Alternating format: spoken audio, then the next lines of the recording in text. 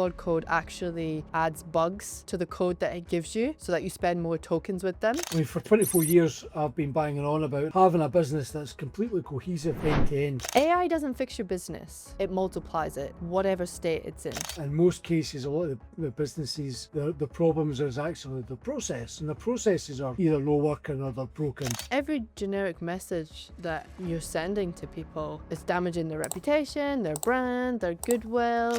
What we've seen in business is a lot of these businesses have like 10 or 12 different tools. There's no central place, there's no governance. It can cause more problems than it can solve in a lot of cases. I think we are missing that critical thinking aspect when it comes to using AI. A lot of people are seeing it as a tool to replace their thinking. Otherwise, it's quite dangerous. People aren't actually doing that work themselves now because they're relying solely on AI. They're actually going to lose the ability to have that skill and knowledge and understanding for themselves. We're not challenging and we're not using our critical thinking to go, no, that's incorrect. What you should be doing is letting AI do the typing while you do the critical thinking. You just cost me $300, eh? AI didn't fix anyone's business. It made what was already true even louder. So let's get straight into it. AI tools for business, what's working, what's not. Every business owner right now is being told they need AI. And most of the money going into it is actually being wasted. You can buy 9 new tools and still have a business that works the exact same way it did a year ago. If you've been pitched AI tools before and you don't actually know if it's worth it, then this episode is for you. We're going to be breaking down what's actually worth it, what's burning your money, and what to look out for. Before we get started, over 90% of people watching this podcast aren't actually subscribed, and we post conversations like this every single week. So make sure you hit that subscribe button down below, like and comment. Hi guys, welcome back to the podcast. So let's get straight into it. AI tools for business, what's working, what's not. And I think we can all agree right now that, AI is at the forefront of everything. There's the man down the road selling AI to help you with your Gmail. There's somebody else helping you with your sales process. Like AI it's at the forefront of everything right now. So what are most businesses kind of getting wrong at the moment? Well, I think one of the biggest things that they get wrong is that you generally just tend to jump on AI tools to solve every problem that the business seems to have. But what they didn't realise is, in most cases, a lot of the businesses, the problems is actually the process, and the processes are either not working or they're broken. So the first instinct there is to jump on AI and let's get a new workflow set up. Let's get AI to do that particular process because obviously AI can do better than any of the team members. And I think that's wrong, yeah. I just don't think that's right. I think what a lot of businesses need to do is they need to take a more kind of strategic look at their entire business as a whole and look at how each function is working and working together with the tools that they're using, and then look to see how they can integrate AI to help take some of those processes and things off the plate, especially the mundane and boring ones that can be done by AI anyway without any user interaction, if you like, so that they can then focus their time on more revenue-driven activities. Well, I think AI should be used as an efficiency tool, not to replace humans. And I think that's the problem we're having. You see it all over LinkedIn all the time. Everybody's like, oh, I can see when a post is AI versus when you could tell when a post is like a real person. And I think we're going off topic a little bit. We're in a time where people are actually intentionally making mistakes or grammar mistakes. So it looks like they've written it, or it shows that they've written it. There's mistakes there. Well, I can tell you right now, I mean, when I write emails and things, not just because I can't write properly or I can't type properly, even though I'm still typing with 2 fingers like most people, I make mistakes, and also I'm probably needing to get a new keyboard because my keyboard misses some of the, or at least that's what I'm blaming anyway, is the keyboard.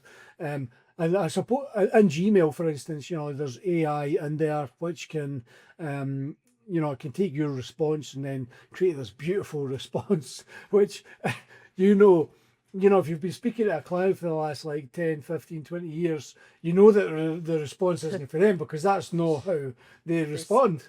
And it's good that they're utilising these tools. And I think, especially nowadays where, the world is such a small place now, we are communicating with different people in different countries. And because there is differences in culture, a reply from someone in Scotland might sound a bit harsh to someone that's maybe in Australia. So AI can formulate a reply which makes it more culturally aware, I suppose, and maybe more non-offending, if you like, or so it does work in a lot of places. But I think from a business process perspective, they shouldn't just be jumping on every tool just because it's under $100 a month. Because what we've seen in business is a lot of these businesses have like 10 or 12 different tools, all doing these different things and different workflows, and that leads to problems itself with data being sporadic all over the place. There's no central place. There's no governance with AI because everybody's just trying to use their own stuff, and it can cause more problems than it can solve in a lot of cases. But I think with this as well, like you can use AI to help formulate the process. Because I think when you're in business, obviously you do things a certain way, but when it comes to actually putting that into like an SOP document, it's like, oh, how do I do this? I don't know because I just do it. You know what I mean?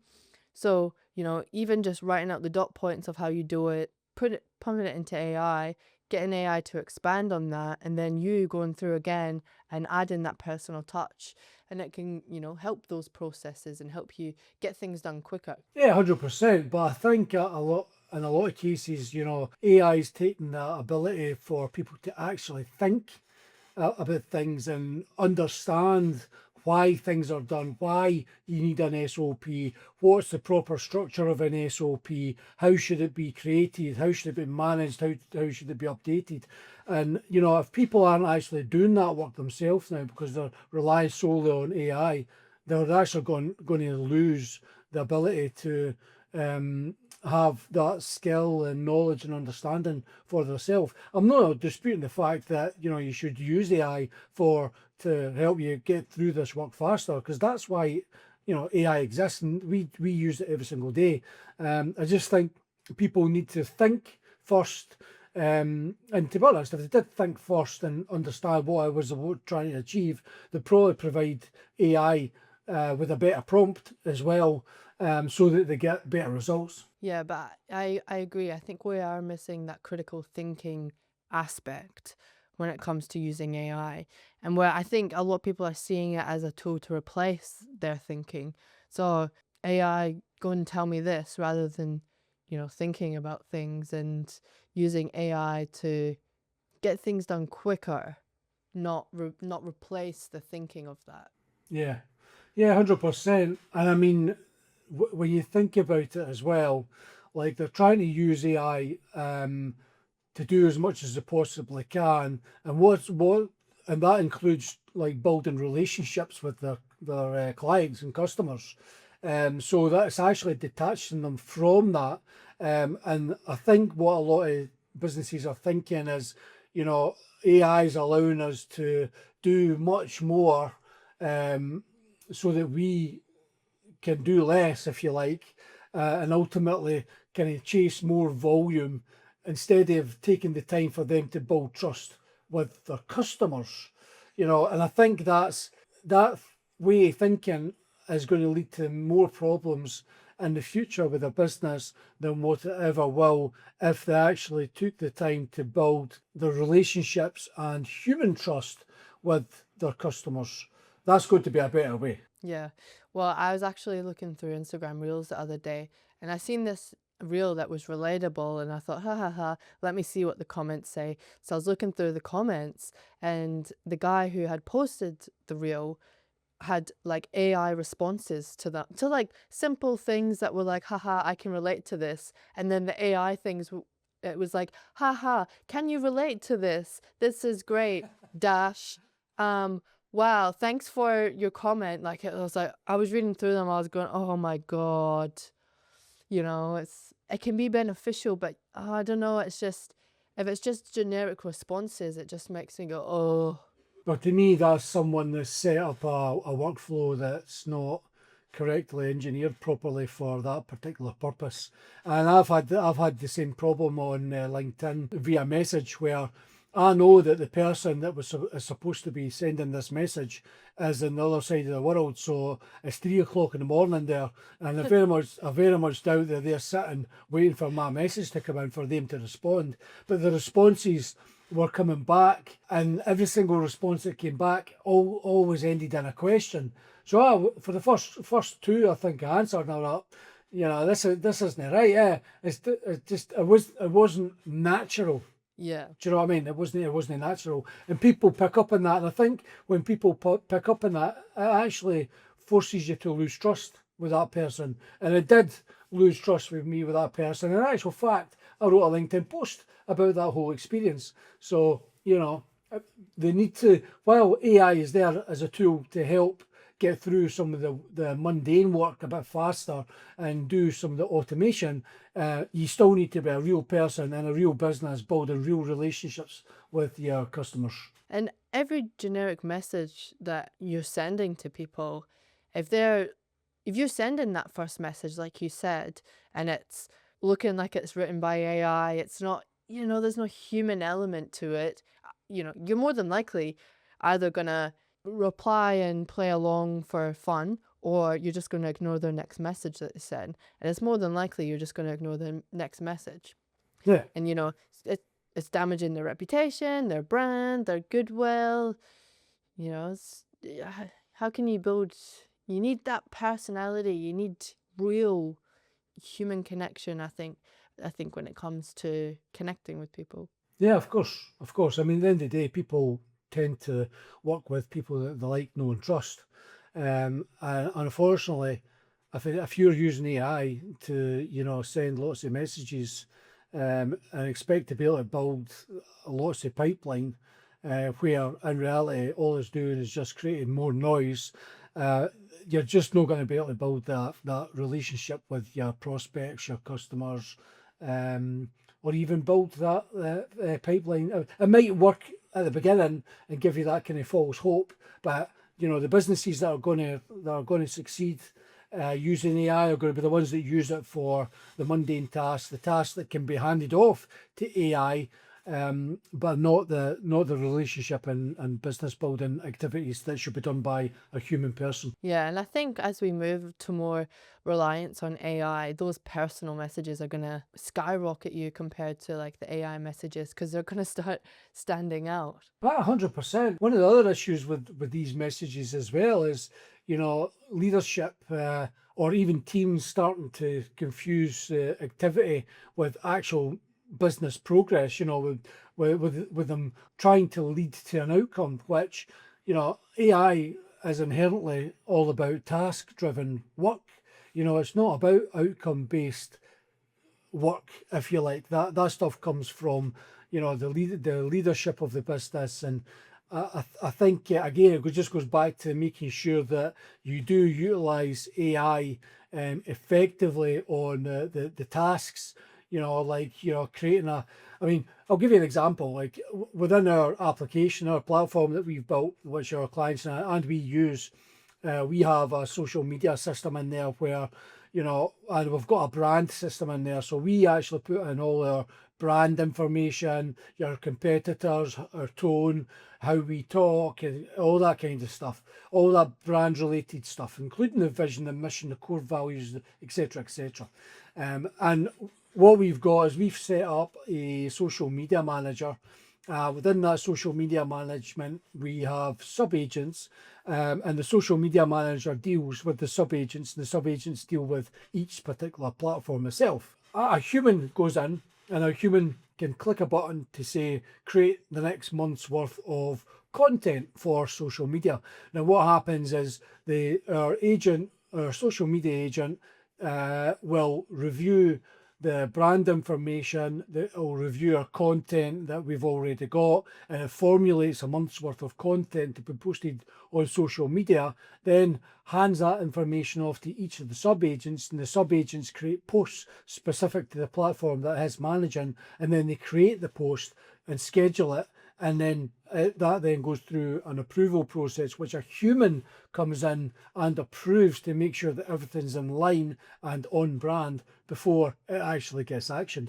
And that is a perfect example of what a business does, to where the business is focused on the outcome itself, but what they've done is they've used AI to complete all the tasks in order for them to get to where they want to be.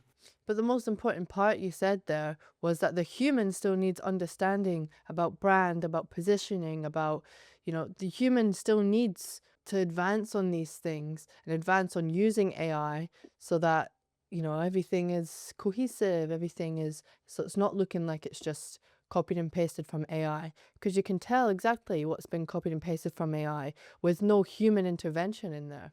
Yeah, and the thing is, I mean, Chloe, for 24 years, I've been banging on about, and I still do bang on about it pretty much every single day, is about having a business that's completely cohesive end to end, which means that when you're delivering your whatever it is, product, service to customers, that you provide the best possible customer experience. And the only way that you can do that is when everything's connected together. There's no fragmentation, and everything is cohesive. If everything's cohesive, and going from social media to social media account, the branding's all the same, the messaging's all the same, everything's all the same, the positioning's the same onto the website, again it's all the same, that person feels confident in that business. AI needs to be exactly the same, but it's as good as AI is, I 100% believe that you still need that human touch, that human element, if nothing else, for the whole governance part of that. Yep, I agree. And I think even just, the content that you're putting out, more content doesn't mean you're going to get more customers. You need a strategy around that content, a content strategy. You need that overarching strategy. Then within that, you might have a content strategy. Then within that, you have a social media strategy. And then again, each social media is so different. So you might need a strategy specifically for TikTok if you're there, specifically for LinkedIn, because what you put on TikTok might not resonate with people on LinkedIn. Although I feel like we are moving a little bit, from what I've seen on LinkedIn anyways, moving a little bit more from just fully, posts with a call to action to more creating that community side of things on LinkedIn, which I've liked. People are even just posting some memes with something it's relatable to their industry, but it's not directly selling, but it's creating that relatability. Well, I think that's the whole point of what's called social selling, and I think it is important that what we do is put out content which is relatable for our customers, but it needs to be obviously be on brand. AI content in most cases, for what I've seen, isn't brilliant. That's why we still have a designer who manually understands our brand, and creates content, or certainly imagery, and icons and things around what we're posting. Yeah. And to give you like an example for this, so obviously like I think Claude is probably one of the most advanced in terms of the range of things it can do. And I like Claude. But for example, so when we were getting our personal branding sorted, as you know, we've changed from Adonis Media to Boderia, and we're now Boderia. So we're now in the process of updating our website. So what we got done was we got the homepage design done, looked great, looked awesome. Now, problem is our designer is bloody amazing, and she is backed up for a little while. So what we did is we pumped that into Claude, asked it to make the other pages, and then we obviously changed a few bits, whatever, and then we send that to our designer, and then she will look over that, see what's working, what's not working, gets the gist of what we have in our heads, and then she can make sure that it's conversion rate optimized, that she's using best practices, and that it's on brand, because obviously she's done all of our branding as well. You know, this is the point of being efficient and proactive, but we're not just purely relying on Claude to generate our website, and we've still got that human touch and human element. And I will not lie, while Claude is great, everything we send to our designer is just 10 times better. It's just 10 times more. I can connect to it a bit more. And it's quite funny to see that. You can feel the difference. Yeah, but the thing is, it's like what you get when you're sitting down to write a book or a blog article or anything, or even if you're at uni and you were just about to start your assessment or your thesis, where you're staring at a blank page and you don't know how to get started. But once you do get started, then you can start to flow. And I think that's where AI is really good, because you can pump in a prompt, and what AI does is it gives you the ability to review what AI, is feeding back to you, to give you those ideas to get started. And I think that's something which is greatly brilliant about AI, especially if you would rather normally sit there for an hour thinking, goodness, what am I going to say? How am I going to start this? How do I get started? And whereas now is you pump into AI what you're going to do, and it essentially is like someone speaking to you, and giving you those kind of answers, and that little bit of like breakthrough, I suppose, which you've maybe even had in your own head, just based on what the response has been back from AI. And I think that's definitely a good thing. One thing that actually, I think when you're using AI is very beneficial, that you've just popped into my head there, is that the fact of questioning AI. I feel like a lot of people just think AI is some god machine that's got all the answers and it's all correct. But we all know that AI hallucinates. Claude hallucinates, ChatGPT hallucinates. While it might have the bulk of it, it still hallucinates. And that's why you need, as the human, the understanding to go back and say, is that right? And then Claude will either say, oh, sorry, no, haha, you got me, kind of thing. Or it'll say, no, it is correct. Here's the facts. And then you've got, proof to back that up. But I think that's what people are not doing enough of. We're not challenging, and we're not using our critical thinking to go, no, that's incorrect. Well, I think that's the thing, and I think actually, with a lot of these vibe coders and things, there's so many applications and things getting built now where there's just so many. There's going to, like, in 5 years' time, there's going to be so many problems that people are going to end up experiencing, because people have got an idea, they're going to Claude or whatever it is that they're using, and they're thinking, this is amazing that Claude's created this application. But really, from a software engineering point of view, if you ever look at the code, and we use AI daily in our workflow as well, it's not always brilliant.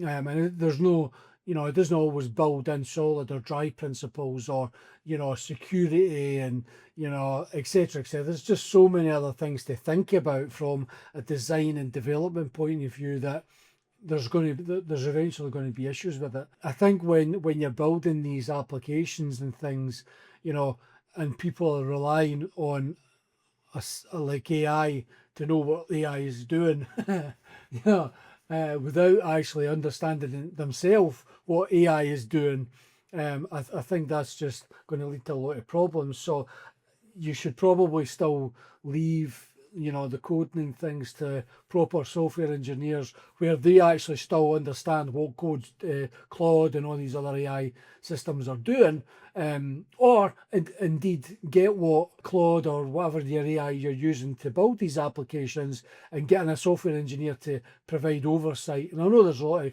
companies out there now that do that kind of thing. I would recommend that. Do you know what I actually seen on LinkedIn the other day? LinkedIn is just popping off at the moment, but I seen somebody who must be vibe coding and using Claude Code to advance their stuff. But they said a little conspiracy theory they've put out is that Claude Code actually adds bugs to the code that it gives you, so that you spend more tokens with them. Oof. Yeah, I know. When I seen it, I was like, oh. The thing is, and I've also seen posts on LinkedIn about this, and I've experienced this myself, is especially at the beginning, it's probably a bit different now because we're a bit more advanced than what we were even 6 months ago. But I've been led like for 2 or 3 hours down a rabbit hole where I've known what the problem was that Claude has created. And that's why I switched to OpenAI, or Codex anyway. And basically what it's done is it's going around in circles trying to fix the code, and it then introduces another bug. You're like, "Well, what are you doing?" Like, yeah. And then what it does is it tells you what it's going to do, and it goes and does it, and then it's still not fixed. And then what you do is you go back and you tell it what the problem is, and then it's like, that's great that you found out what the problem is. You're right. I know I'm right, mate. You just cost me $300, eh? Well, there you go. Conspiracy theory that it's actually inserting bugs so that you pay more for AI. Can we get a fact check on that? Aye. Yeah. The thing is, what you need to do is you need to put AI into the admin side of things and not the relationship within the business.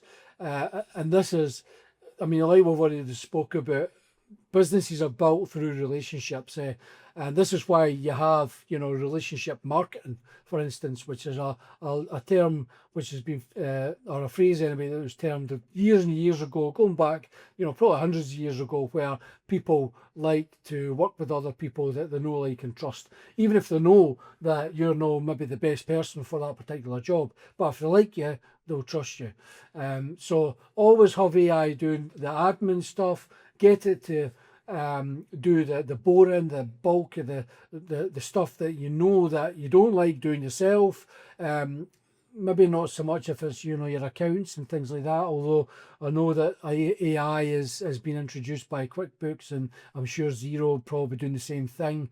And maybe that's where we're going to end up going as well. We now don't need accountants in place or tax advisors, because these things are generally black and white, depending on what your kind of your take on it is. So Well, if you look at like tax, like my partner's how he's using ChatGPT to fill out his tax return this year. He said, "I'll give it a go. If it works, it works. If it doesn't, then it's a learning opportunity." So I don't know. I think, as we get more advanced, I don't know. It's the same with the software side of stuff. Is there going to be bugs? Is there going to be, misinterpreted data?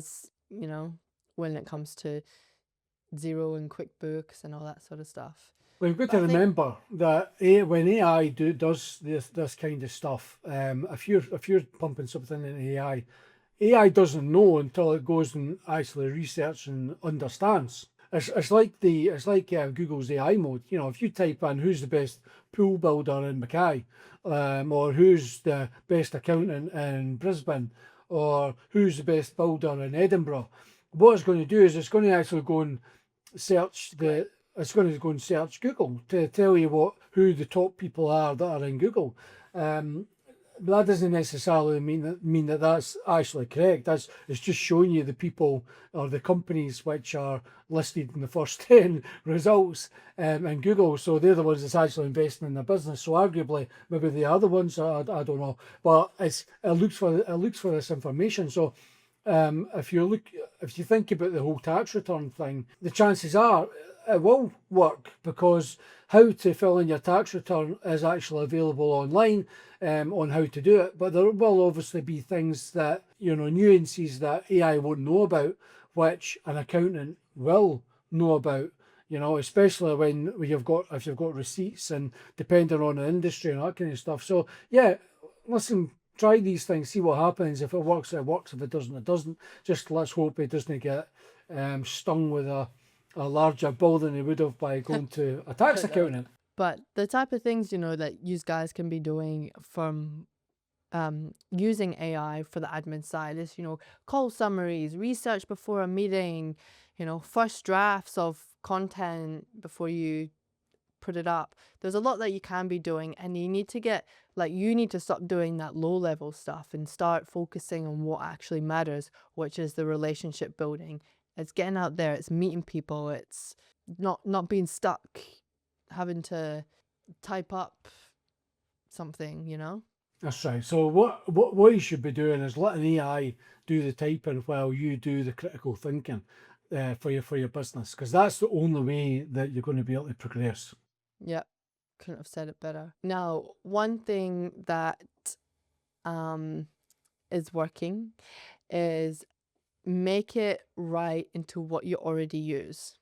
So if you, so rather than getting, AI to, for example, for an SOP, to redo a whole SOP, if you've already got maybe a first draft there, pump that into AI, get it to make it better, ask it questions, what am I missing here? How can I make this SOP better? How can I make this process better? You know? Yeah, 100%. And of course, within our platform, we created an SOP library because we need SOPs for all of our team, so to make sure that things are getting done properly.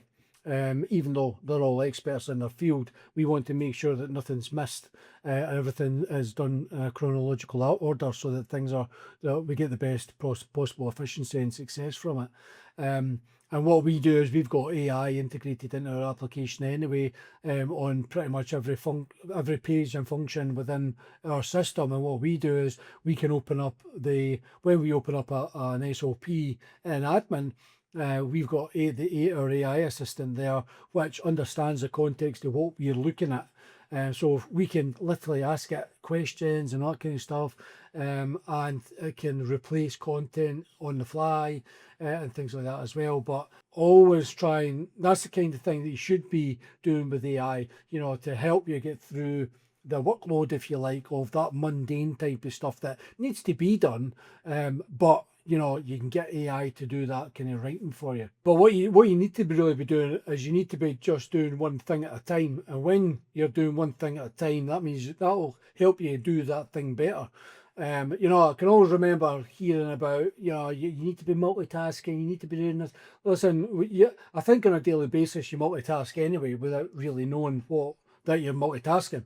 But when you're focused on something, you'll generally always get the best possible result when you're focused solely on that thing. So AI can help you do that, Especially if you're like setting something up, or I don't know, for instance, you're adding features into our system, get fully finish it. And I think, we've even been in the boat where it's like, well, let's add this and let's add that and let's add this. And the core base of it's there, but it needs to be, elaborated in that sense. Or fixed or redone in some places.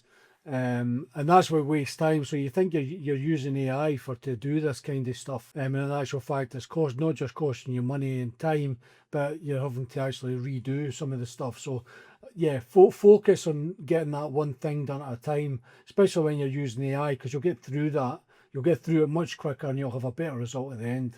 And it might seem slower on paper because, you've still got this long list, to-do list, but it is much faster in practice because it gets done properly and it gets done once. And I think that's probably a problem we've had, because it's exciting, and especially if you're using Claude Code, or let me do this and let me do that. Oh, I can do this. And, but you still, like you mentioned, you still need the fundamentals and understanding of software for it to actually work. That's right, definitely. If that's what you're using AI for, of course. So how do you choose which AI tool is good for you? So you need to be asking questions to yourself, and you need to be questioning AI, like we've already mentioned.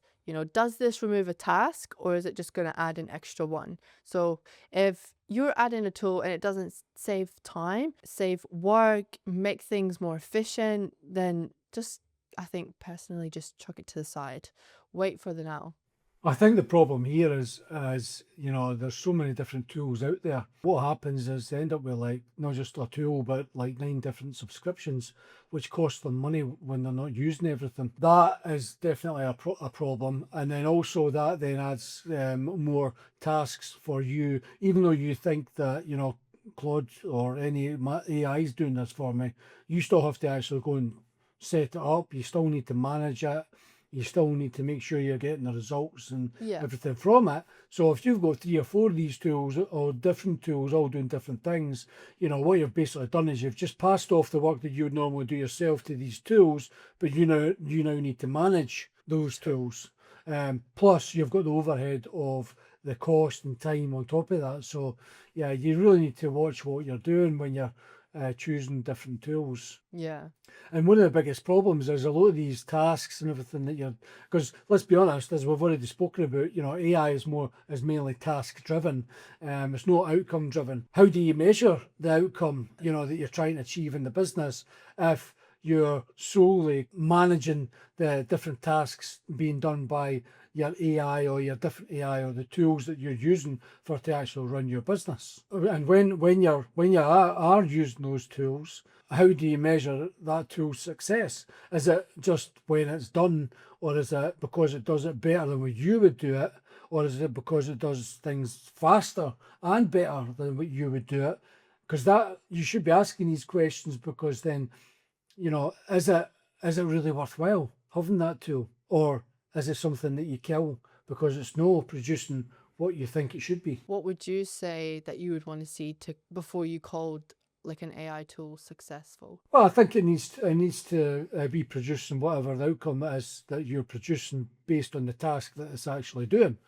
I mean, if you take our social media manager that we spoke about earlier on, the outcome there is that we get, 8 different posts, all formatted specifically for that particular platform, getting posted, and then AI automatically brings in the data and creates dashboards for admin, for our team. So that there in itself is the outcome of that, just at those particular tasks. So that is a success. But we need to actually build that first before we can actually, because that process still needs managed.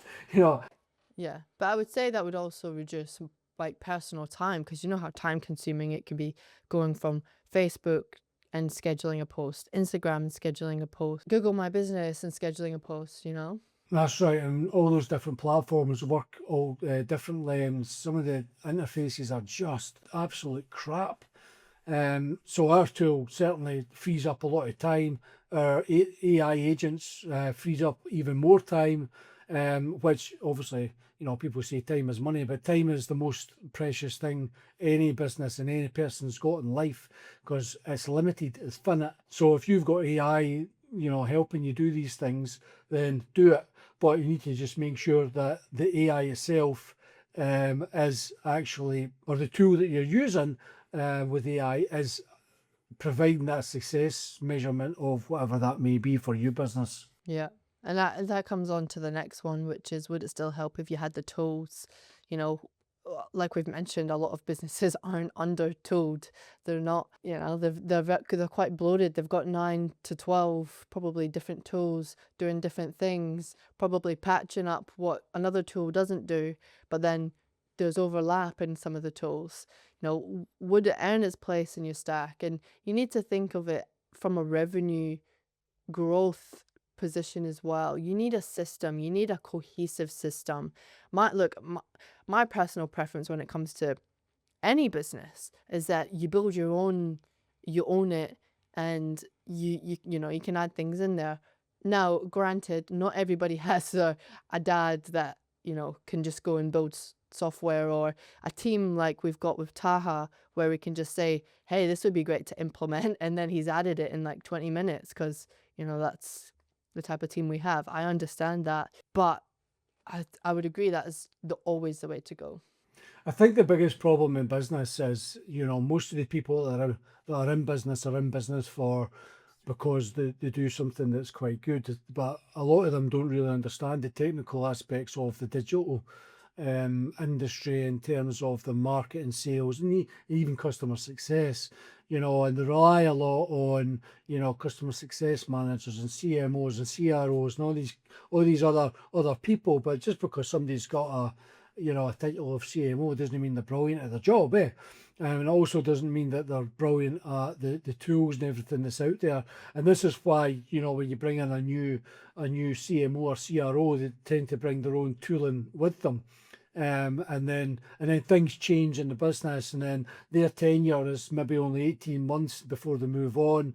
And then what they've done is they've introduced these other tools into the business which nobody understands how to use. And then the business has got all these different tools or these different subscriptions. There's money hemorrhaging on those. Nobody knows how to use them. There's no clear strategy. There's no governance. Yeah, there's a lot of issues in that, and that's why, when you work with like Boderia, for instance, and we bring the tools with us. So a lot of the tools that you've got are actually already included within our system. So it reduces the fragmentation. It reduces the the gaps. It reduces the subscription requirements. Adds leadership. It adds a team. I mean, it's a no-brainer for all businesses, but that's because we do what most businesses should be doing with AI, the tools, the team, and the leadership aspect to make sure that the business is growing exponentially in the long term. Now, we've already mentioned this earlier, but things that you need to avoid when you're using AI in general and AI tools is letting AI do the thinking. If AI is doing all the thinking, then your team is going to stop getting better, and you do not want that because, there will be performance issues with that. Well, it's not just that. I mean, you've got to remember that you're not the only company in the world that's using AI, right? So when AI, although AI, especially like I'm not sure about Claude, 'cause I've not used Claude for a while, but especially in like OpenAI, you can go in the dashboard and you can add company data, such as branding information, your IP, that kind of stuff. So that when it's formulating responses, it's using that information. And that's fantastic because we use that within our system as well, because we've done the same kind of thing. So when you're creating content, for instance, everything's branded, and that's fantastic. The problem that we start to see there is if AI is doing all the thinking, and you're just relying on everything from AI, AI won't just use your company stuff. It will also go out and it will look for other, to see if it can enrich what it's actually delivering in terms of a response. Now, if you've got 10 different companies all asking the same kind of thing, the chances are they're all going to get the same answers. So what will happen soon, I'm sure, is you'll start to see a lot of different companies and different industries all starting to use the same terminology, and maybe terminology that they maybe wouldn't have used in the first place, and that's why you need a branding document, by the way, so that you've got a list of words that you don't use, you've got a list of words that you do use, and this kind of thing. But don't let AI do all the thinking. Keep the critical thinking for the team and leadership and things, and just get AI on doing the tasks. The next thing is setting and forgetting. You don't want to do that, especially so for an example, if you're writing blog content, you don't want to go in and go and write me a blog article on how to get more leads. And then it's written your blog article. It's not staying on brand, it's maybe if you've just rebranded, for example, it's referencing Adonis Media instead of Boderia. It's,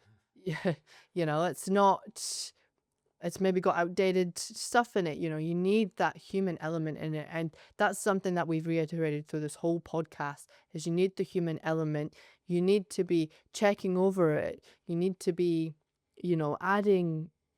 making sure that it's correct, making sure that it's on brand, making sure that you're looking at it.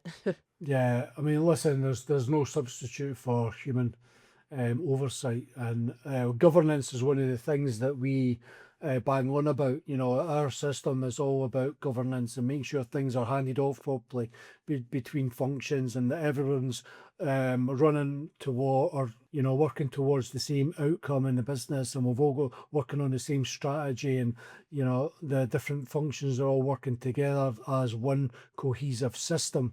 And that's the same is true for AI. And while you're getting it to create these blog posts and all the rest of it, and social media posts, you still need governance, and that governance should be done by a human, in my opinion. AI is very, very good at producing a confident answer from a bad prompt. Like we've mentioned earlier, it'll say, "Oh, here's the answer," and then you question it back, and it goes, "Oh, you got me. Woohoo!" So, if you're putting, for example, if you're putting data into AI and it's patchy, it doesn't make sense, it's a bit all over the place, it's going to come back to you with a confident answer that's incorrect. So again, comes back to what we just said. You need to be checking over everything. You need to be making sure that it's correct. Otherwise, it's quite dangerous, and it can really fault your brand, your trust with your clients. Yeah, it's not a good look. Yeah, 100%. I mean, I've had that same issue as well. I use AI sometimes to go over some of the thoughts and things that I have, and should we be looking at doing this? And some of the responses does actually provide a lot of clarity. But the problem is, I mean, that's a totally different kind of way of thinking, rather than, someone just coming in and hitting in a prompt where they're expecting the response to be like a professional response, but it's probably not going to be based on the prompt that's actually being pumped in. So yeah, I mean, what you need to be doing is you need to be trusting things from AI with a kind of grain of salt. Yeah. Don't trust everything that it says. And in actual fact, OpenAI itself, and I think Claude does the same thing, tells you, that AI gets things wrong. Yeah. So you need to make sure you check these things. There is a warning sign on every single AI to say that, it can make mistakes. Pretty much take it with a grain of salt, like you said. AI didn't fix anyone's business. It made what was already true even louder. And, if you sort out your business and how it actually works, AI will become the multiplier that everyone has been promising you. If you're not sure where to start, or you feel like all the tools you're using is a bit fragmented and you don't have a cohesive revenue system, then make sure you contact us at boderia.io/contact, and we'll have the link in the description. So if you found this podcast valuable, make sure you subscribe, you like, you comment, because we post conversations like this every single week. Awesome. Great. Cheers, See guys. you next week. Bye bye. Bye.